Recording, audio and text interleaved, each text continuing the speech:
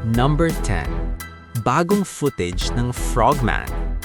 Kumalat online ang isang bagong video na nagpakita ng kakaibang nilalang na nakadapo sa bubong habang papalubog na ang araw. Sa una, parang anino lang siyang mabalahibo sa dilim.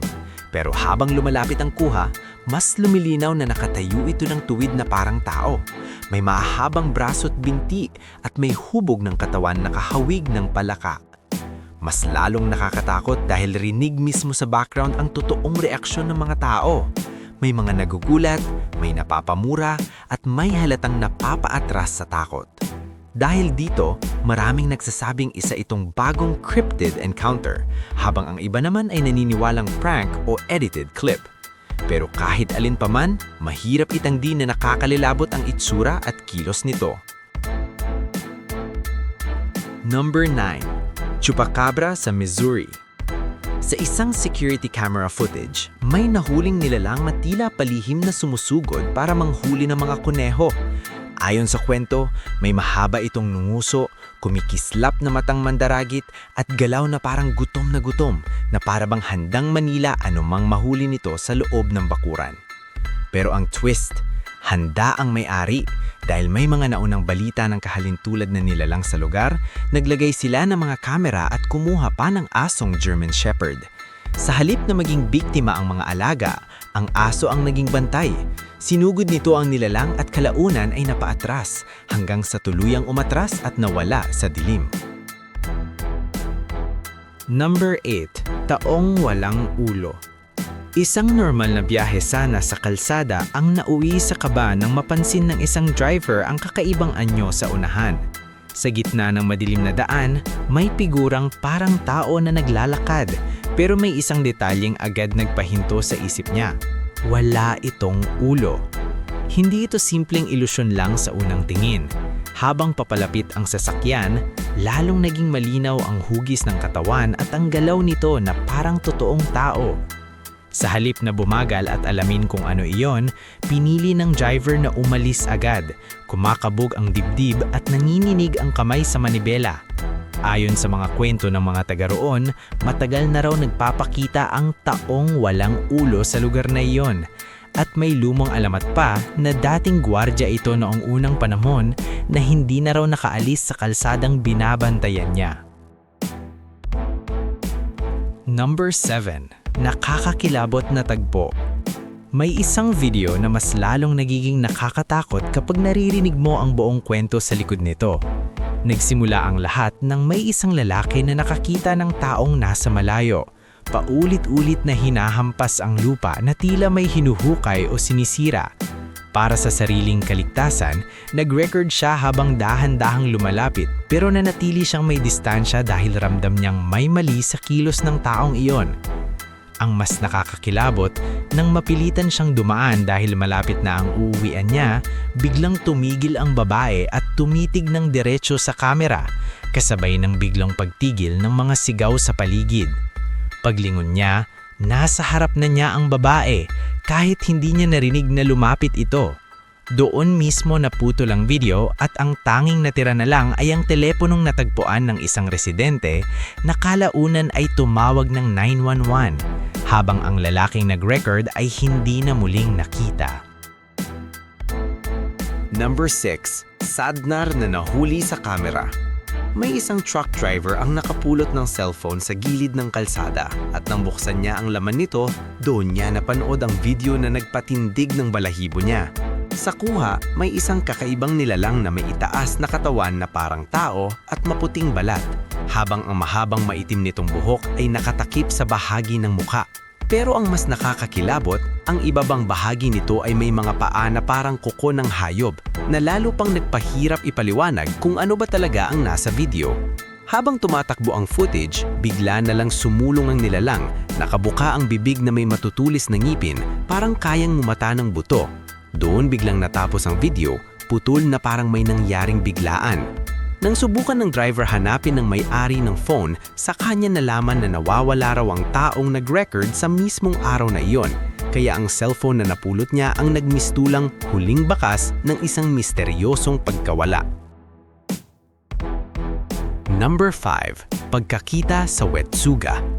Sa kabundukan ng Appalachian, may mga researcher na naglagay ng trail camera para sana obserbahan lang ang mga black bear at elk. Pero imbes na hayop, may naitala silang bagay na hindi nila inaasahan. Isang matangkad na nilalang na biglang pumasok sa frame. Sa unang tingin, ang ulo nito ay parang sausa or reindeer, pero doon na nagtapos ang pagiging normal. Ang mga braso at binti nito ay sobrang hahaba at ang mga kamay ay halos umaabot na sa ibaba ng tuhod. Tapos, naglalakad pa ito ng tuwid na parang tao sa isang kakaibang paraan na nakakalumo kanoorin.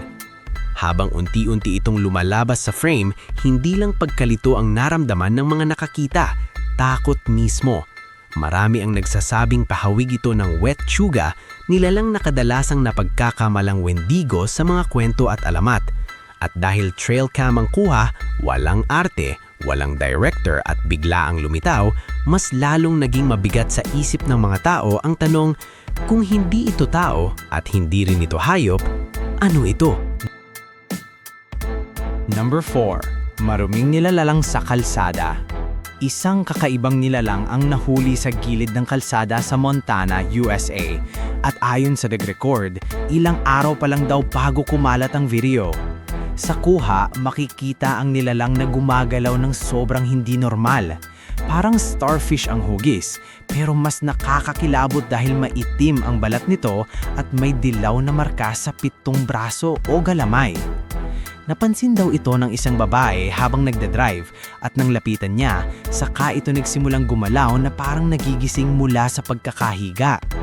Ang pinaka-creepy na parte, bigla raw itong tumayo gamit ang 2 galamay at sumugod na parang aatake. Ipinakita ang kulay dilaw-berdeng ilalim ng katawan. Pagkatapos, bigla itong umatras at tumakbo palayo. Saka tila nagtago sa madumi at maitim na tubig sa paligid na parang nag-camouflage. Dahil nangyari ito malapit sa Great Falls at Sun River, may mga naniniwalang posibleng aquatic anomaly ito. Isang nilalang sa tubig na hindi pa nakikilala, kaya lalong naging usap-usapan ang video. Number 3. Nakakatakot na customer.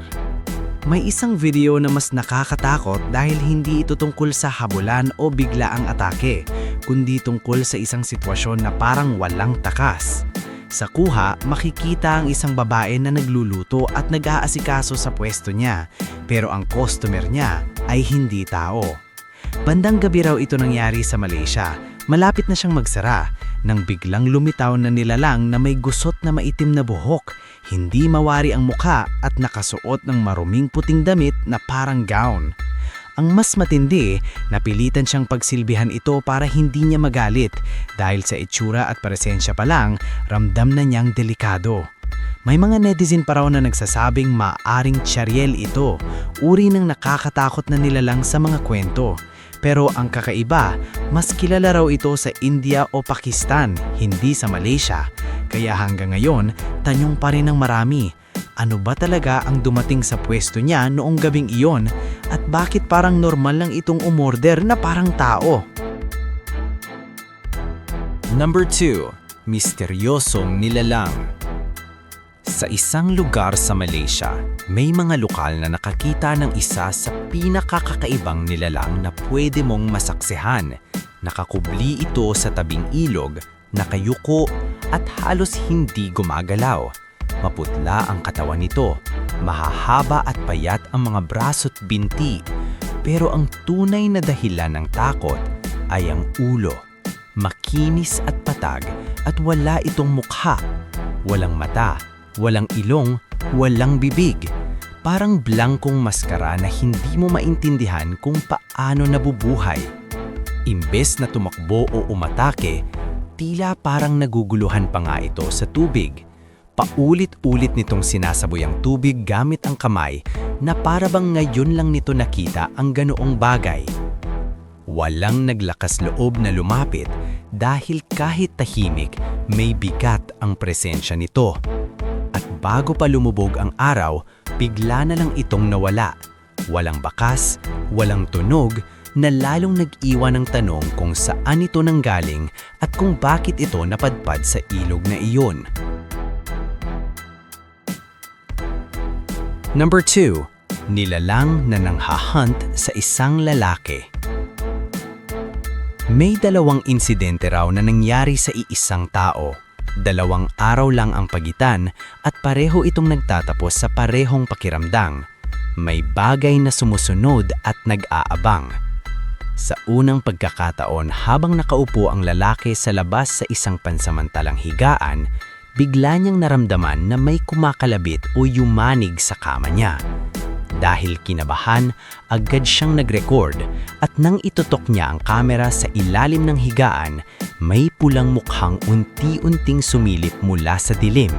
May maitim na buhok at mga matang hindi mo maipaliwanag kung totoo ba o parang gawa-gawa lang. Akala niya tapos na roon, pero makalipas ang 2 araw, may tumawag sa kanya. Boses ng ina niya kahit alam niyang mag-isa lang siya. Sinundan niya ang tunog hanggang sa banyo ng bisita at doon niya muling nakita ang nakakakilabot na mukha. Nakatagilid, parang naghihintay lang na mapansin siya.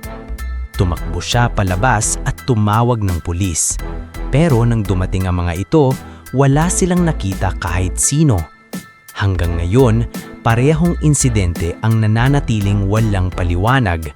At ang mas nakakatakot, kung totoong may sumusunod, bakit siya ang pinili?